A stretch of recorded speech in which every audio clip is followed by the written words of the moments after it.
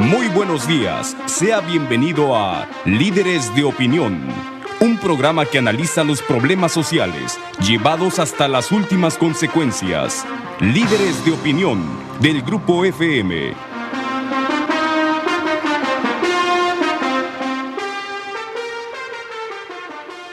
Hola, ¿qué tal? Buenos días. Bienvenidos a su programa Líderes de Opinión. Soy su servidor Francisco Ávila Camberos, a sus órdenes, conduciendo esta mañana el programa.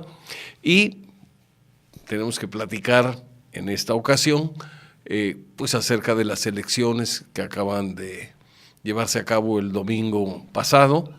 Y para ello hemos invitado a un experto en cuestiones pues de política electoral, de tendencias. Ha hecho varios estudios que han resultado bastante acertados sobre ciertos pronósticos para determinar, en base a una numerología que él maneja, quién tiene más posibilidades o quién tenía en este caso más posibilidades de ganar las elecciones en un estado o en algún municipio. Por eso recibimos con mucho gusto al doctor Jeremías Zúñiga Mezano, a quien le damos, como siempre, la bienvenida y le agradecemos el que acepte venir a compartir los conocimientos que él tiene con ustedes, nuestros amables radioyentes. Bienvenido, doctor. Qué gusto que estés aquí nuevamente y gracias por aceptar la invitación. Y si te parece bien, entramos en materia. ¿Qué pasó el domingo? ¿Se cumplieron las expectativas? ¿No se cumplieron? ¿Hubo mucha asistencia según tu óptica? ¿Hubo escasa votación?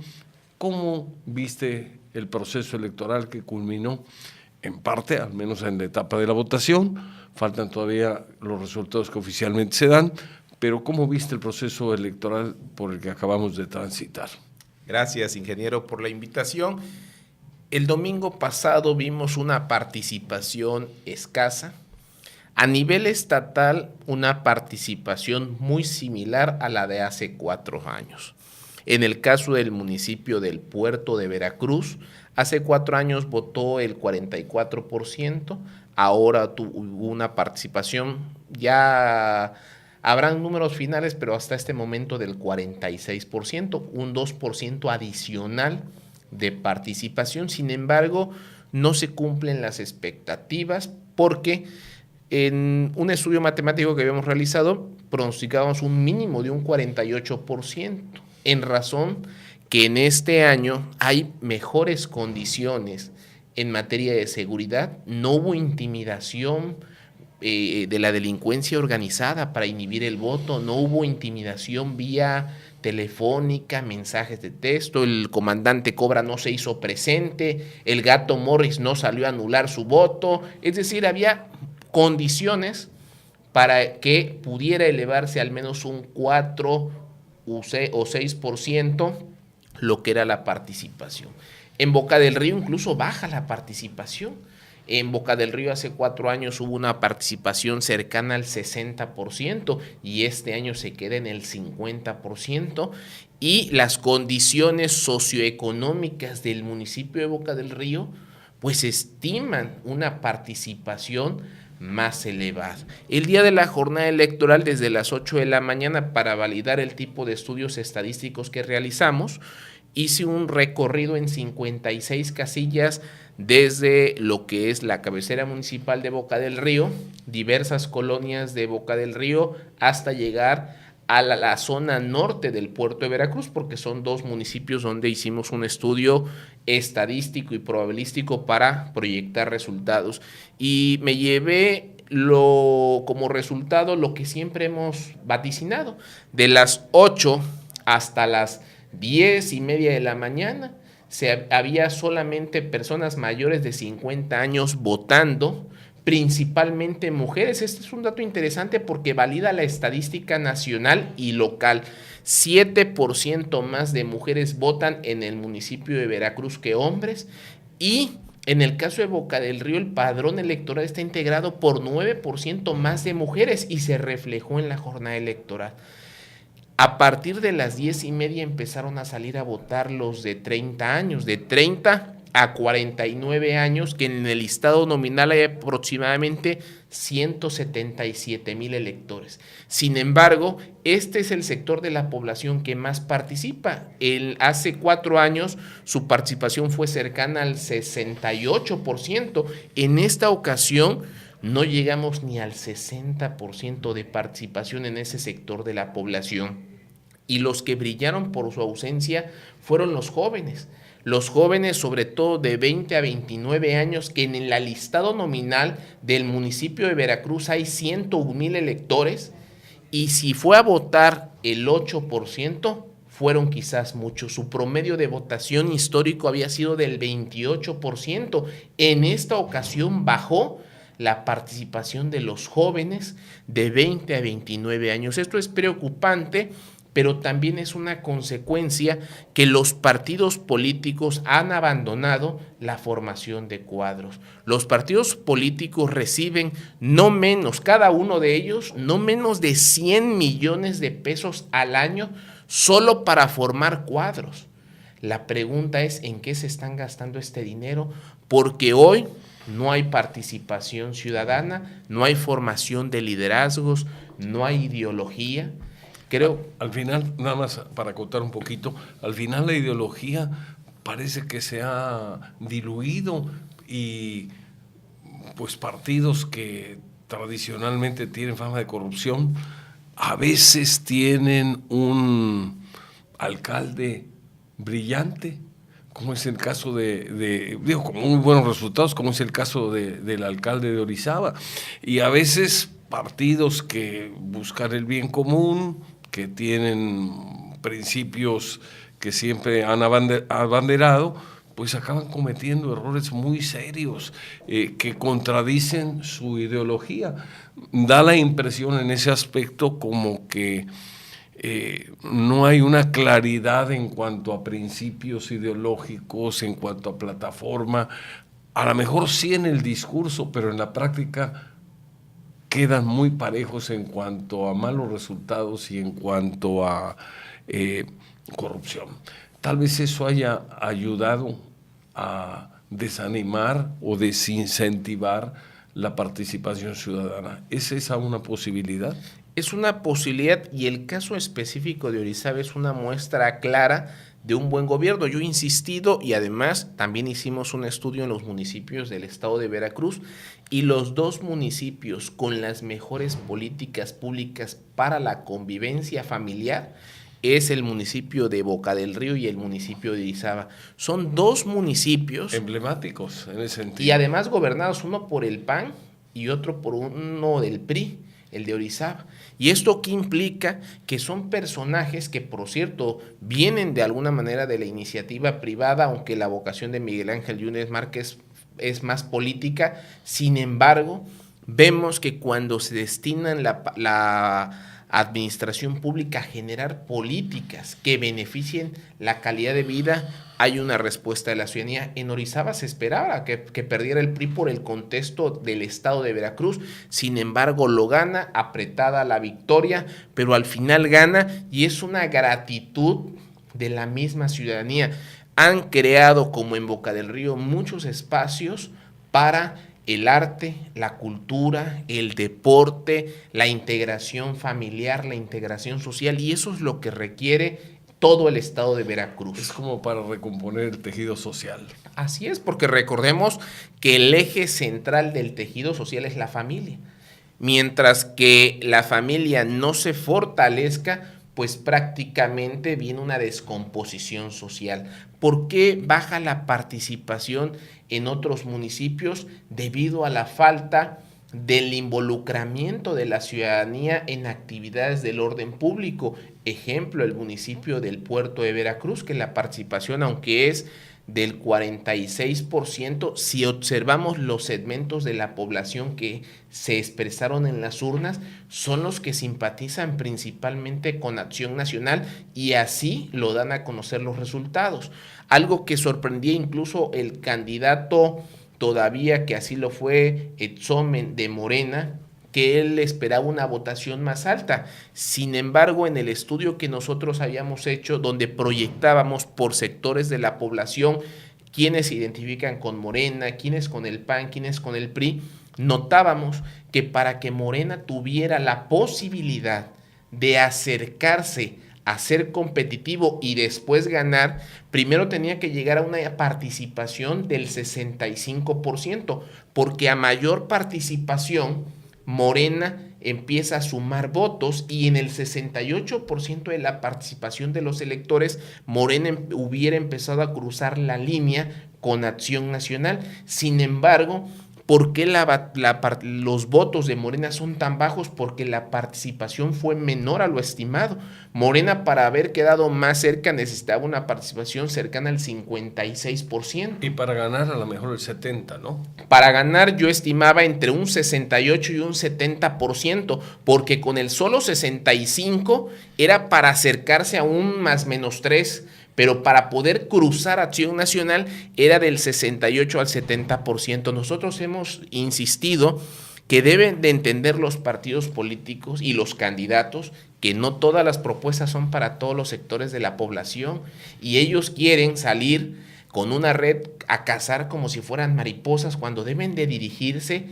¿Quién tiene el voto de los universitarios? ¿Quién tiene el voto de las señoras? Un dato interesante, las señoras de 30 a 49 años no votan por Morena mayoritariamente, porque han comprado el discurso que Morena tiene similitudes con el tema de Venezuela y porque este sector de la población, que es el más amplio en números electorales, 177,000 en el municipio de Veracruz tan solo, porque son los que se acaban de casar, que tienen hijos, que se preocupan día a día por ir a comprar el súper, por ir a comprar el mandado al súper, por el tema de las colegiaturas. Entonces ellos buscan estabilidad económica. ¿Qué tendría que hacer un candidato como Moreno del PRI? Pues tendrían que generar oferta política, propuestas que den certeza, seguridad. Sin embargo, no se centran en esto. Y algo interesante en este proceso electoral, es uno de los procesos electorales con menos guerra sucia. Si observamos, no hubo casi descalificaciones, incluso en los debates no hubo insultos, no hubo agresiones. Impugnaciones. Eso, en ese aspecto mejoramos, podemos sacar como una conclusión. En ese sentido fue una contienda más civilizada. Hubo mayor calidad humana e intelectual y sensibilidad de parte de los candidatos, pero bueno, ahí yo solamente cierro este primer bloque diciendo el caso del PRI. Haber traído una persona de Orizaba a contender por el municipio de Veracruz, lo único que demuestra es en qué condiciones está el PRI. Y yo señalo, el PRI no está muerto. Los priistas los que están es avergonzados. Los priistas no salieron a votar porque están avergonzados por gobiernos como el de Javier Duarte, por los resultados que ha dado el presidente Enrique Peña Nieto, y no salen a votar por vergüenza. ¿Y dónde lo podemos notar? Hicimos también un estudio a través de redes sociales. La gente que votó con orgullo y satisfacción por Morena o Acción Nacional lo publicó en sus redes sociales. Por el PRI, si un 5% de los que votaron lo publicaron, quizás estoy siendo generoso, porque la mayoría ocultó esa identidad, porque se sienten avergonzados. Pero el PRI no está muerto. Lo que pasa es que faltan liderazgos. Hoy el PRI, si quiere fortalecerse, tiene que llamar a todos los ideólogos que desde la época de Miguel Alemán fueron relegados. Prácticamente con Fidel y con Javier, los ideólogos del partido fueron hechos a un lado porque son críticos, porque defienden los principios del PRI. Y estos han sido dejados de lado. Ellos son los que hoy tendrían que dar la cara por el PRI para que a lo mejor en 8 o 10 años el PRI pudiera nuevamente ser competitivo. Muy interesante, pero tenemos que ir a una pausa. Regresamos en un momento con el doctor Jeremías Zúñiga Mezano. Continuamos con su programa Líderes de Opinión. Estamos entrevistando esta mañana al doctor Jeremías Zúñiga Mezano, experto en cuestiones de tipo político y alguien que ha hecho estudios, inclusive matemáticos, para determinar pues algunas tendencias antes de las elecciones y la mayoría de las veces ha tenido la fortuna, gracias a los estudios que hace, de atinarle a los pronósticos que ha hecho. Por eso lo invitamos. Estamos platicando sobre las elecciones que acaban de transcurrir el domingo pasado.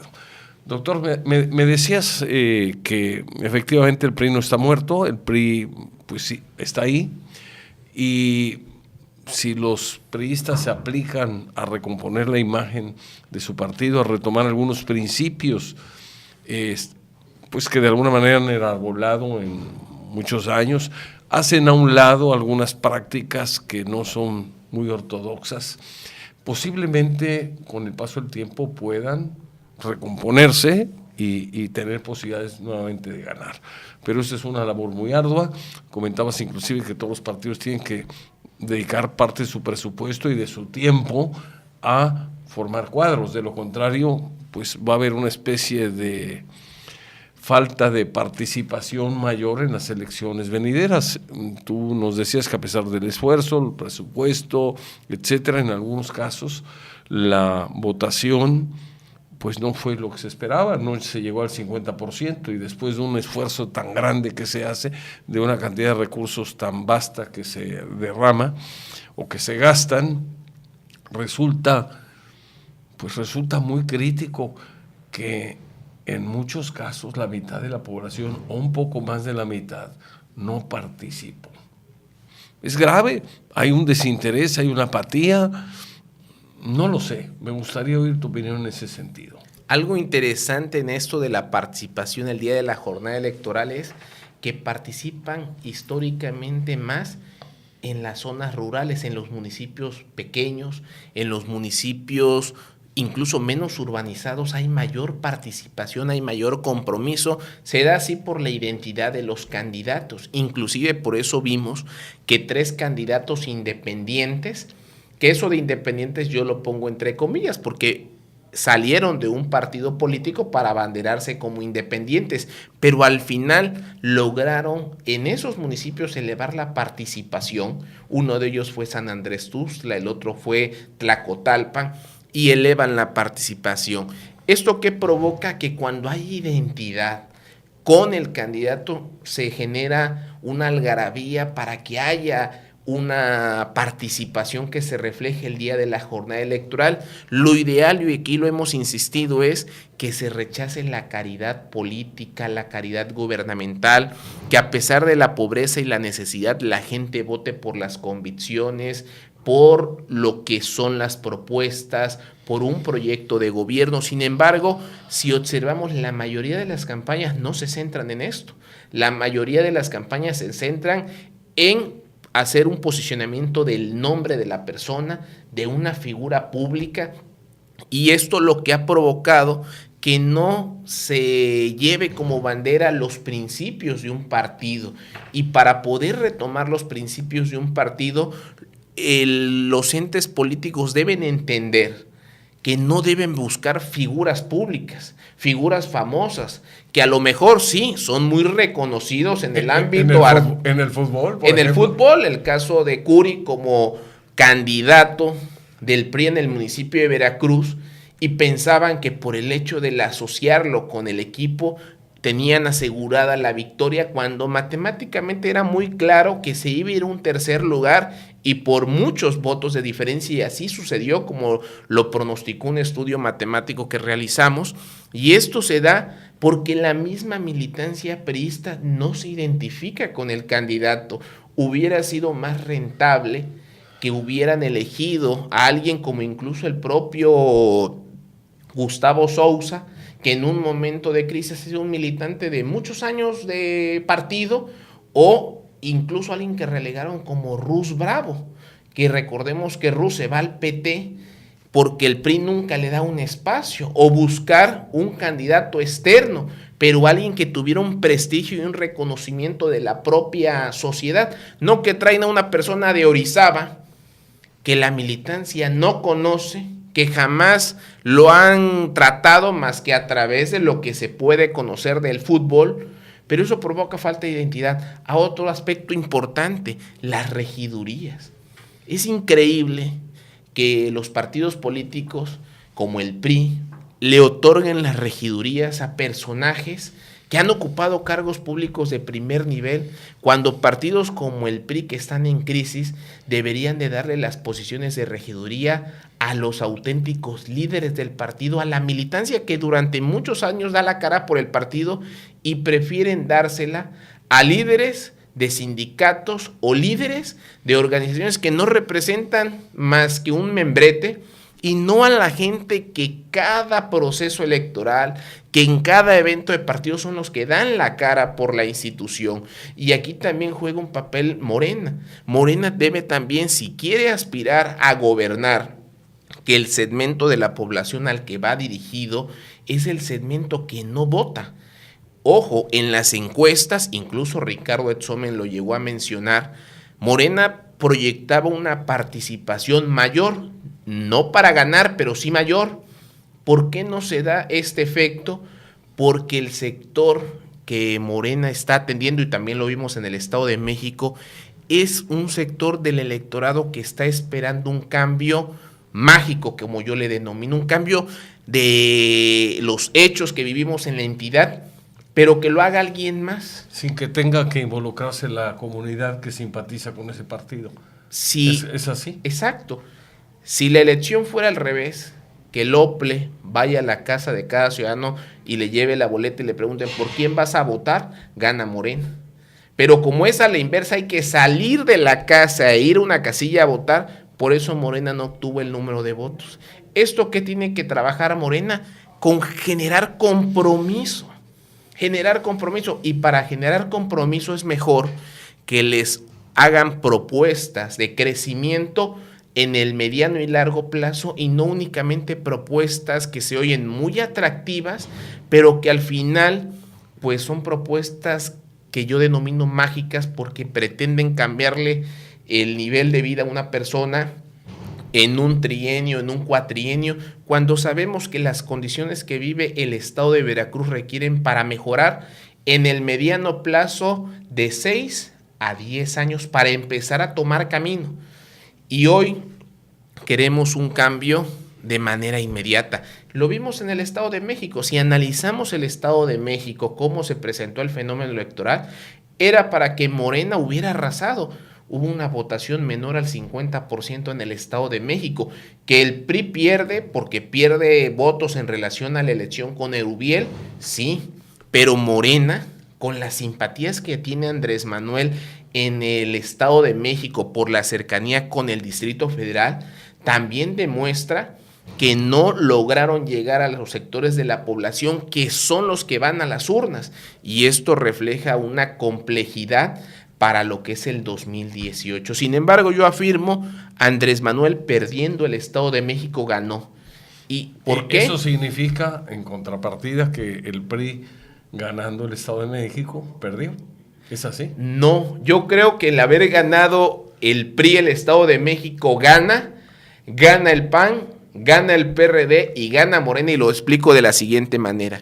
Al haber ganado el PRI el Estado de México, desde luego el reconocimiento se lo lleva el presidente, pero va a provocar que la próxima elección sea de tercios. Al ser de tercios, el próximo presidente va a ganar con un 18% de los electores. Se iría de tercios. Si el PRI hubiera perdido, la elección sería de dos polos.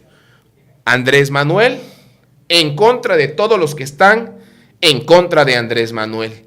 Y le sería más difícil a Andrés Manuel ganar.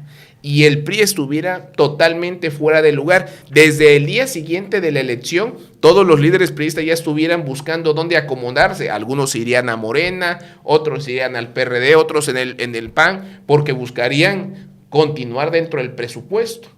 El haber perdido para Morena el Estado de México va a provocar que la elección sea de 3, que los priistas en este momento todavía aspiren a ser competitivos para el 18 y que haya 3 polos electorales, y así no se unan todos en contra de Andrés Manuel. Desde luego, haber ganado el Estado de México y Coahuila para el PRI es un mensaje: estamos en la pelea. Hay algo que vale la pena comentar, porque pues sabemos, sobre todo en el Estado de México, cómo se las gastan para conseguir votos. Hay unas tarjetas que estaban dando de un salario rosa, que si se llega a aplicar va a desfondar las finanzas de prácticamente del Estado, porque eso va a costar miles de millones de pesos. Y pues se habla también de una serie de anomalías que seguramente conforme pasen los días saldrán a la luz. Yo no sé si tienen fundamento o no tienen fundamento, no estuve en la elección del Estado de México, pero bueno, los rumores que hay sobre coacción del voto, sobre compra del voto, sobre el uso del presupuesto para atraer votantes o para comprar votantes, los rumores son muy fuertes. Incluso en el estado de Coahuila la situación también es muy grave. Ahí el PREP hizo pues algunas acciones poco claras. Se habla de que se paró el conteo cuando iba el 72% de las actas computadas, y me parece que el día de ayer ya hubo una manifestación muy importante donde todos los partidos se unieron. A mí me cuesta trabajo creer cómo es posible que el partido que de alguna manera ha abanderado a los dos hermanos Moreira, acusados y señalados públicamente de corrupción, pues resulte que vuelve a ganar. Eso me da la impresión de que o los coahuilenses son masoquistas o realmente pusieron un candidato muy bueno que logró darle al PRI la victoria. Yo creo que esto todavía no se puede con toda precisión para ninguno de los partidos cantar victoria hasta que no se aclaren muchas cosas que hasta ahorita mueven a sospecha. Yo puedo estar seguro que en el caso del Estado de México el PRI gana primero por la baja participación. Es más, con otra denominación, pero el comandante Cobra, la estrategia de aquí del año pasado, se fue ahora al Estado de México y a Coahuila. Allá hubo mensajes de intimidación, amenazas.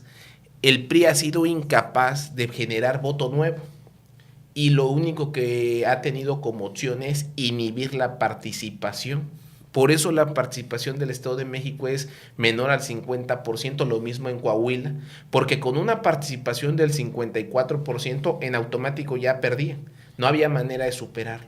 Ahora también quedan muchas dudas y sospechas lo que sucedió con los partidos como el PAN, como el PRD en el Estado de México, en razón de lo siguiente. Es raro, sospechoso diría yo, que en el caso de Josefina Vázquez Mota iba muy bien. Ella arrancó número 1 en las encuestas en el Estado de México y de repente desacelera y deja pasar a Cepeda cuando Cepeda ni figuraba en las encuestas y en las preferencias electorales. Si observamos el mapa del PREP, el PAN solo ganó un municipio, un distrito, un solo distrito, con 51,000 votos. Y Cepeda gana 3 distritos, cada uno con cerca de 44 a 49,000 votos. Fueron los votos estratégicos para lograr disminuir a Morena y que ganara el PRI.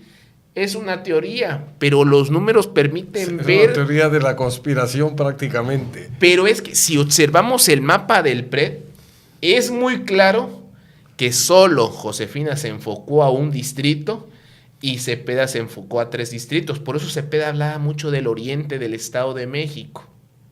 Y con esos votos provocaron la división.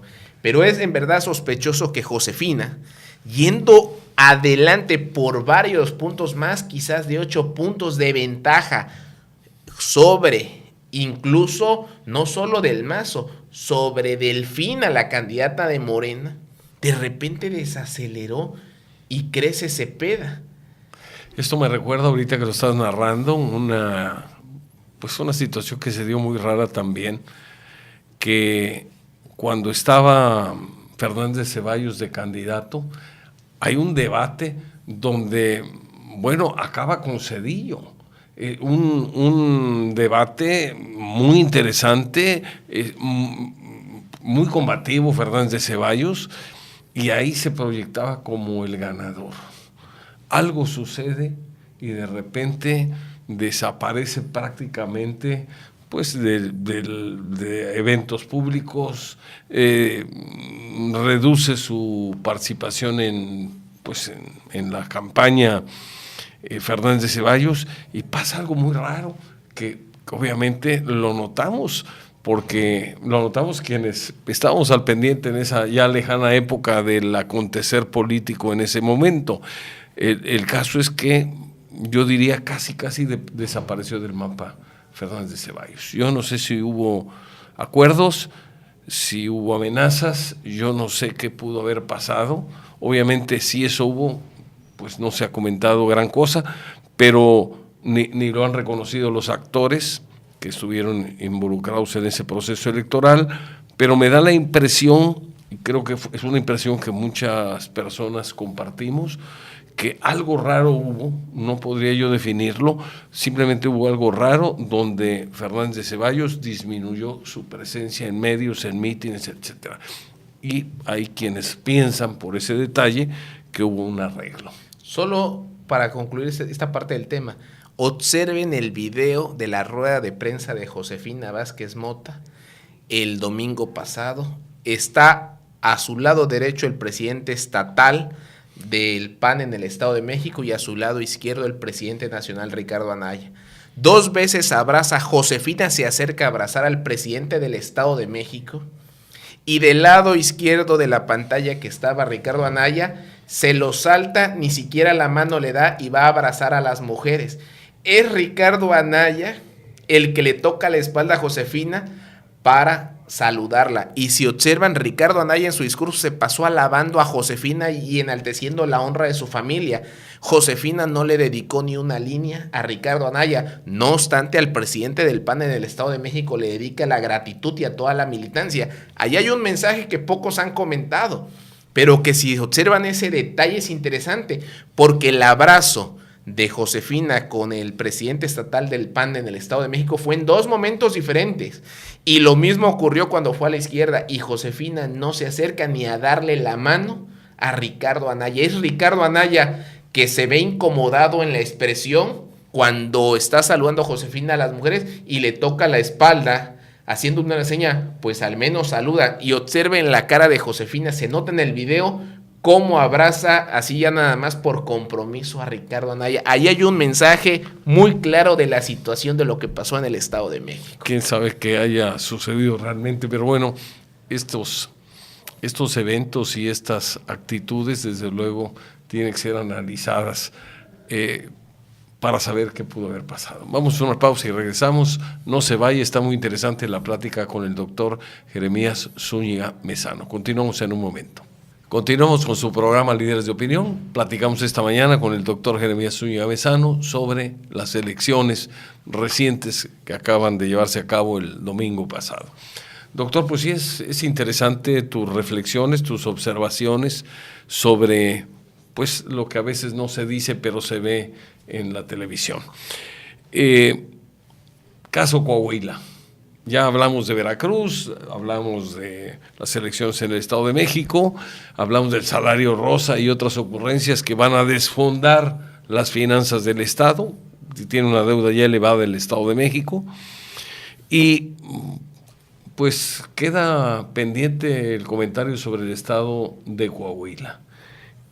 ¿Cómo ves la situación allá donde hay un margen tan cerrado, donde iba ganando el candidato del PAN, donde de repente se suspende el PREP, cuando hay el 72% de las actas computadas? En fin, hay una serie de eventos que pues a lo mejor no tienen nada de malo, a lo mejor fue alguna falla o a lo mejor fue alguna complicación que se dio desde el punto de vista técnico, pero también son situaciones, como decía por ahí un político famoso, mueven al sospechosismo.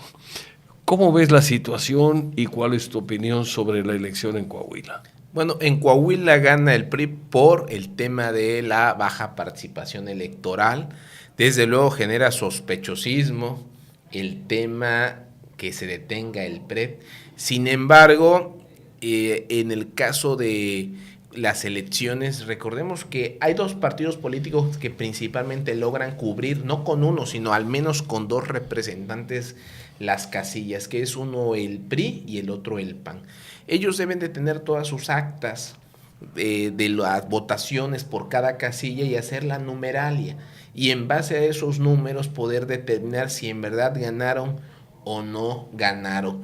El día de la rueda de prensa el domingo, donde sale Ricardo Anaya a decir que habían ganado, y después en un foro que hubo con presidentes del partido, pues no se notaba con toda la seguridad que hubiera ganado, porque los partidos políticos en una elección, sus representantes generales van reportando a la casa de campaña los resultados por cada casilla, ellos van sumando y tienen el resultado real. Por eso en el caso, por regresarme al puerto de Veracruz, Fernando Yunes decía, gané con 103,000 votos y tantos más, porque ellos hacen su numeral y dicen, aquí está el resultado. Ahora es tan fácil, vas y le sacas con tu teléfono celular una fotografía al acta que se pega en la pared donde está computada la votación, y así no hay ni riesgo de equivocarse, de estar dando los datos por teléfono. Pero bueno, es una forma, yo creo que para poder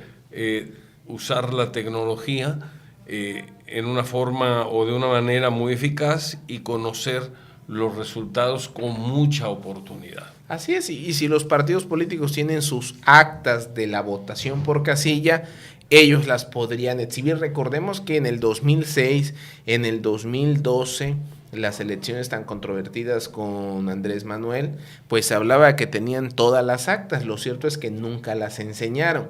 Y cuando las elecciones son muy reñidas, el mejor elemento de prueba son las actas.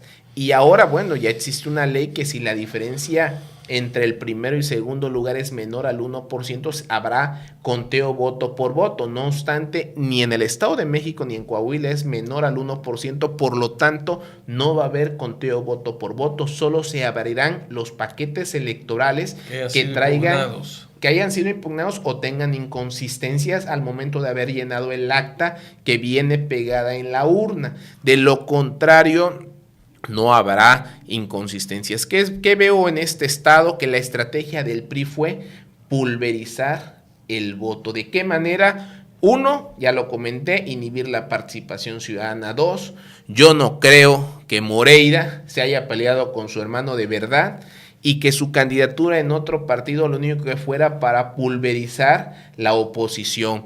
Hubo candidatos independientes y ese es 1-2% de los independientes son los que dividieron a la oposición.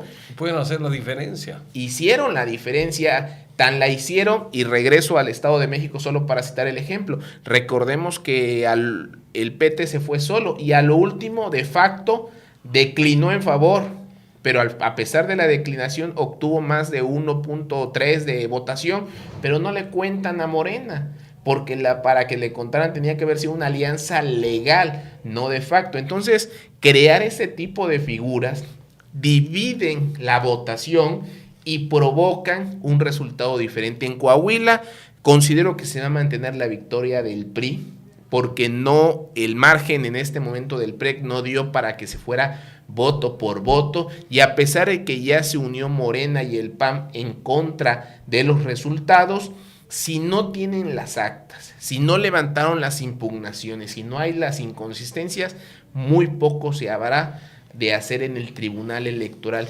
porque no se gana en un debate, se tiene que ganar en los tribunales y lo mejor sería ganar en las urnas. Claro. Por eso es importante, y vamos a poner un símil aquí como en una contienda o en una pelea de box, es importante que para que no haya dudas el que gane debe ganar por nocaut. Porque si es por decisión de los jueces, siempre puede alguien alegar que es algún juez que se vendió, algún juez que no vio, algún juez que tuvo alguna deficiencia en el momento de calificar o dar puntos a determinado peleador. En cambio, cuando es nocaut técnico, ahí no hay ninguna duda y los jueces no tienen nada que hacer. El nocaut técnico en las elecciones puede equipararse a tener una diferencia en la votación suficiente para no dejar lugar a dudas. Que es el caso... ¿Es el caso de Veracruz? Del caso del puerto de Veracruz y el caso del municipio de Boca del Río, incluso Nayarit, que gana por más de 8 puntos, en el caso de Nayarit, o sea, 3 elecciones que se ganan con solidez, pero bueno, a pesar de que se gana a veces con tanta ventaja, escuchaba aquí en Boca del Río que uno de los candidatos que no obtuvieron la victoria, decían que estaban considerando la impugnación. Pues a lo mejor lo hacen por llamar la atención, ¿no? Sí, y victimizarse. Debería de haber civilidad política. Hoy se pone de moda a partir de las declaraciones de Ricardo Anaya, que fue una elección de Estado y una elección de Estado, y ahora todas las elecciones les quieren llamar elecciones de Estado. No hay mayor elección de Estado que aquella que no es avalada por la ciudadanía. Si la ciudadanía sale y participa, no hay manipulación en los estudios. O aunque hubiera, porque también no hay que olvidar que tradicionalmente las votaciones han sido a veces inducidas a través de regalos, a través de despensas, a través de monederos Monex, a través de tarjetas ahora para pagar salarios rosa. Aún así, esa manipulación se pulveriza con participación ciudadana. Lo más que se puede inducir, y esto además hice un estudio que les pregunté a todos los operadores políticos de diversos partidos, les preguntaba cuánto es lo más que pueden manipular o encauzar el voto a través de dádivas, regalos, inhibir la participación, y ellos me hablaban que entre un 10 y un 12% del electorado. Por eso cuando la votación es mayor cambian las tendencias, y Nayarit fue un caso. Nayarit, hasta antes de lo del fiscal que fue detenido en Nueva York, Nayarit el PRI lo hubiera ganado, llevaba una ventaja sólida.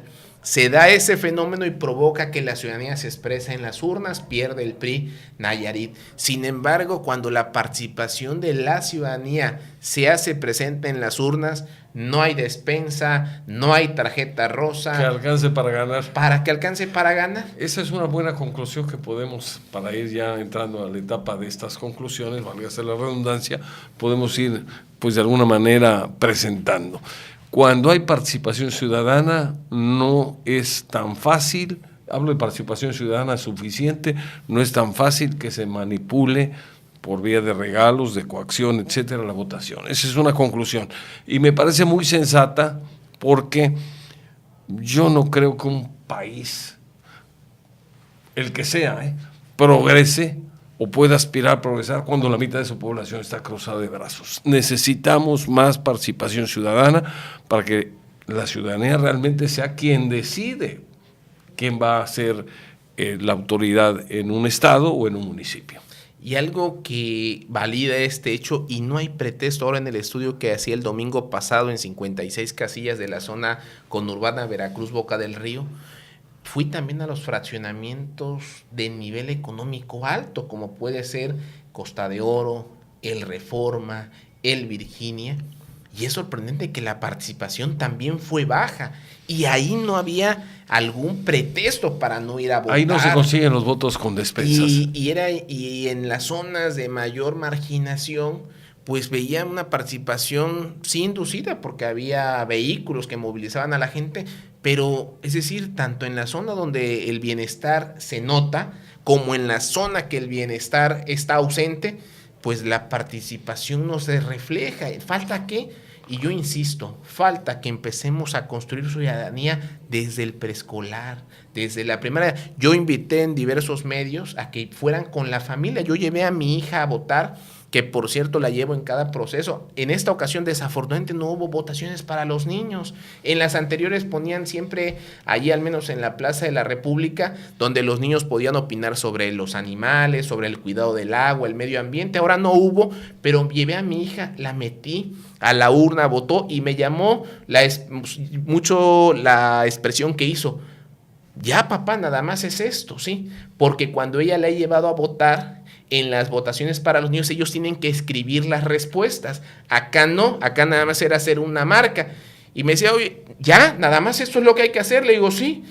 Pues está más fácil que la mía, porque yo tengo que escribir la respuesta. Entonces, una niña de 8 años hace una reflexión que deberíamos de hacer los mayores de edad. Claro, yo creo que aquí falló ese tipo de pues enseñanza para poder de alguna manera inculcarle a las nuevas generaciones el hábito de participar y de votar. Vamos a una pausa y regresamos en un momento, no se vaya, seguimos en su programa Líderes de Opinión.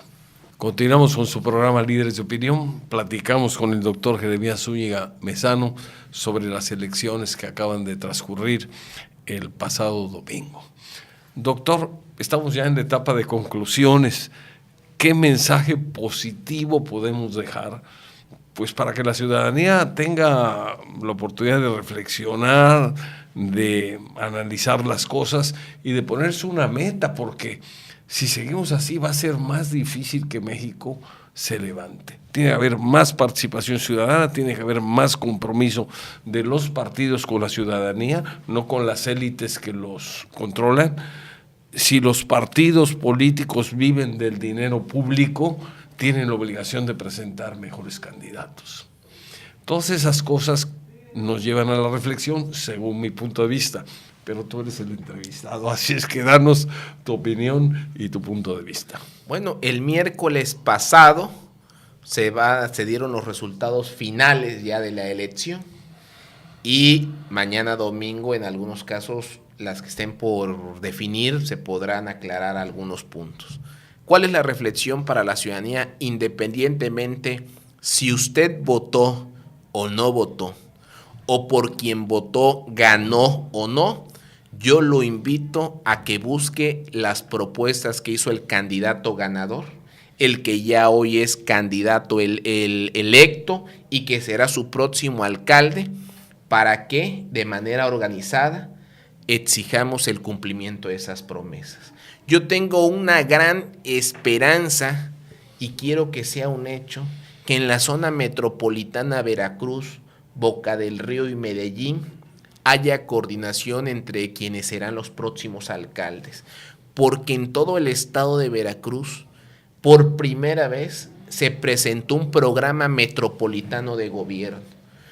En otras épocas, no solo por ser candidatos del mismo partido, porque ha habido zonas como Jalapa, Coatepec, Banderilla, que son los candidatos del mismo partido y no presentan un proyecto metropolitano.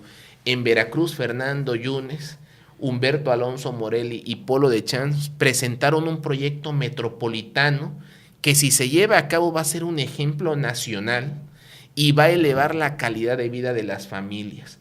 Ojalá en las zonas donde hay conurbación, como Jalapa, Banderilla, Coatepec, en la zona de Poza Rica, Papantla, cercanas ahí, haya gobiernos que trabajen de manera conjunta en políticas públicas que beneficien a la ciudadanía.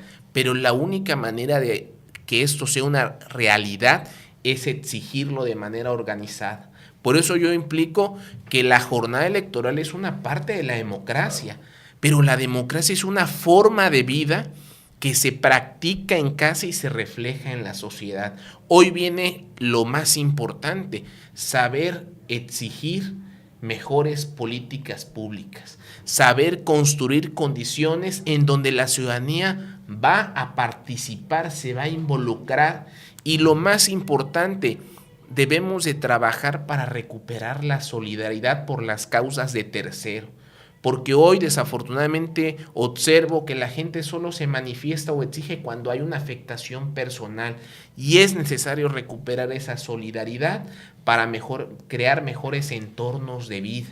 Y esto se requiere porque si se desarrolla la infraestructura que Veracruz requiere, va a haber llegada de nuevas inversiones y mejores industrias que se van a trasladar a dinero, derrama económica, calidad de vida. Y yo insisto, hoy debemos empezar a construir ciudadanía. Si construimos ciudadanía, Veracruz en una década va a ser una potencia real por toda la riqueza natural que tenemos. Hoy ya no es tiempo de los partidos, ya es tiempo de los gobiernos. Y de los ciudadanos. O sea, ya no es tiempo de ganó el PRI, ganó el PAN, ganó Morena. Ganó un alcalde que tendrá que gobernar para todos los ciudadanos, que tendrá que dar mejores servicios. Y pido que los nuevos alcaldes, y sobre todo en las zonas metropolitanas, presenten un plan municipal de desarrollo de mediano y largo plazo. Ya que estamos en el momento de petición, yo quiero hacer una petición muy especial. Ojalá y los alcaldes de las ciudades que hayan pues ganado las elecciones y que van a gobernar realmente revisen las prioridades. A mí me preocupa como ciudadano el escuchar anuncios donde se habla, por ejemplo, en el caso de Veracruz, de que van a remodelar otra vez el bulevar, cuando ha tenido remodelaciones en las últimas administraciones, y donde, por ejemplo, no se habla de cómo van a resolver el problema de las inundaciones. Me parece aberrante que, estando el mar a escasos metros del bulevar, el bulevar se inunde. Todo eso hay que analizarlo, hay que corregir y hay que dar prioridades.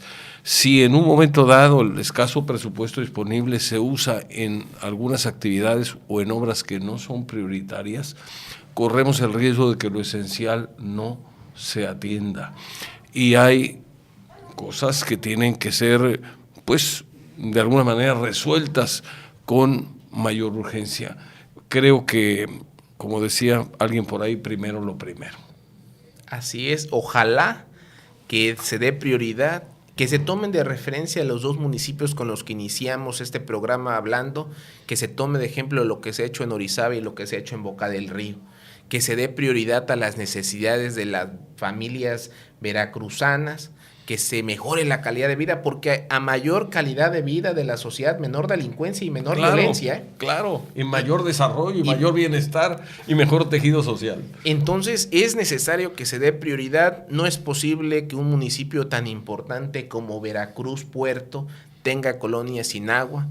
No es posible que todavía las aguas pluviales y algunas aguas negras vayan a dar al mar. Eso se tiene que entubar, aprovechar las plantas de tratamiento que tienen los hoteles para conectarlas, mejorar algo tan básico. Yo he insistido y reconozco que ya se pusieron al menos improvisados baños públicos que se llaman el Jicarazo, ahí en las playas de la zona conurbana, pero Veracruz necesita baños públicos en sus playas para atraer turismo de mayor capacidad económica, claro, que permita derrama para todas las zonas. Creo que hay un compromiso muy amplio, no solo por quienes serán los próximos alcaldes, creo que el mayor compromiso está en la ciudadanía, en participar para hacer que las cosas sucedan.